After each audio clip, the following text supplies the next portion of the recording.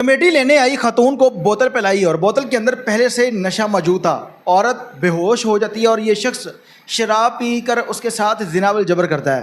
FIR दर्ज हो चुकी है और मुलज़म भी गिरफ्तार है। वाक़या कहाँ का है और इस वाक़े की असल हकीकत क्या है, एफआईआर आप लोगों को पढ़कर सुनाऊंगा और आप लोगों ने इस तमाम तर मामले के ऊपर तस्दीक करनी है और फैसला करना है इस एफआईआर के मतन के मुताबिक कि आप लोगों को क्या लगता है कि ये औरत इस शख्स के ऊपर इल्ज़ाम लगा रही है या हकीकत इसमें कुछ है। नाज़रीन, आप देख रहे हैं मेरा डिजिटल चैनल, मैं हूं आपका मेज़बान उमैर अली। नाज़रीन, कसूर के थाना ए डिवीज़न में एक एफआईआर दर्ज हुई है जिसमें एक औरत एक मर्द के ऊपर इल्ज़ाम लगा रही है कि उसने कमेटी डाली थी। जब कमेटी लेने के लिए गई तो उस शख्स ने इसे शराब पिलाकर ज़िना वल जबर का ज़्यादती का निशाना बनाया है और एफआईआर दर्ज हो चुकी है और मुलज़म भी गिरफ्तार है। एफआईआर का मतन आप लोगों के सामने रखने जा रहा हूँ।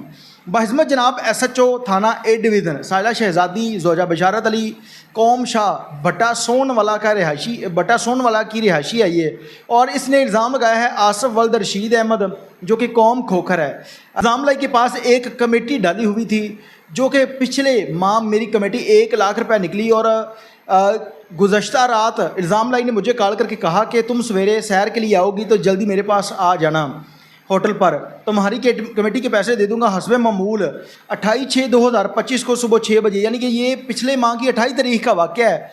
और इसने कहा कि मैं सुबह 6 बजे 28 तारीख वाले दिन सैर करने के लिए गई तो साहिला इल्ज़ाम लाई के होटल मन्नू कढ़ाई वाला, यानी कि कसूर के अंदर ये एक बड़ा फेमस होटल है जो कि चांदनी चौक के अंदर है। मन्नू कढ़ाई वाला चांदनी चौक में चली गई। इल्ज़ाम लाई ने शराब पी हुई थी और इल्ज़ाम लाई ने मुझे देखते हुए होटल के अंदर बुलवा लिया। बोतल पीते ही नीम बेहोश हो गई। ये औरत कह रही है कि मुझे उसने कहा था कि आप जब सुबह सैर करने के लिए, पिछले माह कमेटी निकली है और इस माह लेने गई है, और ये कहा कि तुम सुबह सवेरे सैर करने के लिए आओगी तो आप आकर मेरे होटल से कमेटी के पैसे ले जाना। अब ये औरत जो है ये भट्टा सोनवाला की रिहायशी है और जो होटल की बात कर रही है वो है चांदनी चौक के अंदर। अब जो डिस्टेंस है वो तकरीबन 5 मिनट की मुसाफत पर जो है वो भट्टा चौक सोनवाला है। अब ये औरत कह रही है कि उसने कहा था कि सैर करने के लिए, यानी कि वो इधर भट्टा सोनवाला से सैर करने के लिए चांदनी चौक आई। इसके ऊपर इसने कहा कि उसने मुझे बोतल पिला दी और वो सुबह 6 बजे शराब पीकर बैठा हुआ था। इसने कहा कि वो पहले से ही शराब पीकर बैठा हुआ था और उसके बाद इसके साथ ज़्यादती हुई। इसने 15 पर कॉल की और पुलिस की बरवक़्त कार्रवाई में उस मुलज़म को गिरफ़्तार कर लिया जाता है।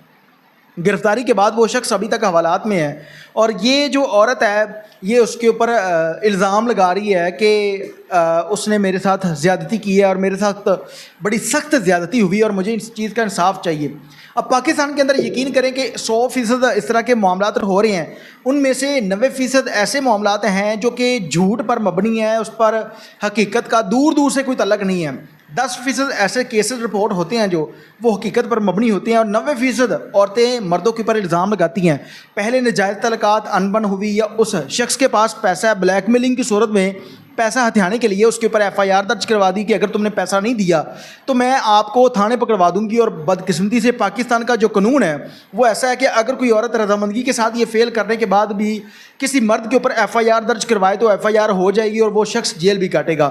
जबकि कानून और आइन ये कहता है कि अगर एक मर्द एक औरत इन्होंने रजामंदगी के साथ ये फेल किया है तो दोनों के ऊपर एफआईआर दें आप।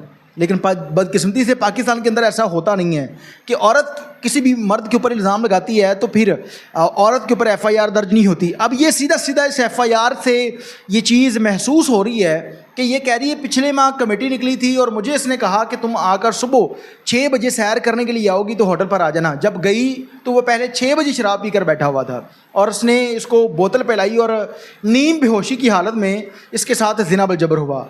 अब ये शख्स गिरफ़्तार है। देखते हैं कि पाकिस्तान के अंदर इस शख्स को इंसाफ क्या मिलता है। पुलिस वालों को चाहिए कि इस तमाम तर मामले के ऊपर बड़े तरीके के साथ, अच्छे तरीके के साथ इन्वेस्टिगेशन करें। अगर इसमें औरत इस मर्द के ऊपर इल्ज़ाम लगा रही है तो उसके ऊपर भी एफआईआर दर्ज होनी चाहिए। अगर इसमें ज़रा जितनी सदाकत है कि जो एफआईआर के अंदर चीज़ें लिखवाई गई हैं वो हकीकत पर मबनी है तो फिर इस मर्द को, इस शख्स को निशाने इबरत बनाना चाहिए।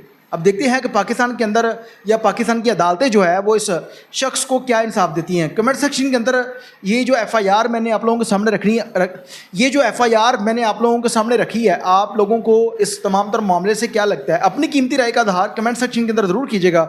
इसके साथ अपने मेज़बान उमैर अली को इजाज़त दीजिए और देखते रहिए मेरा डिजिटल चैनल अलाने की बात।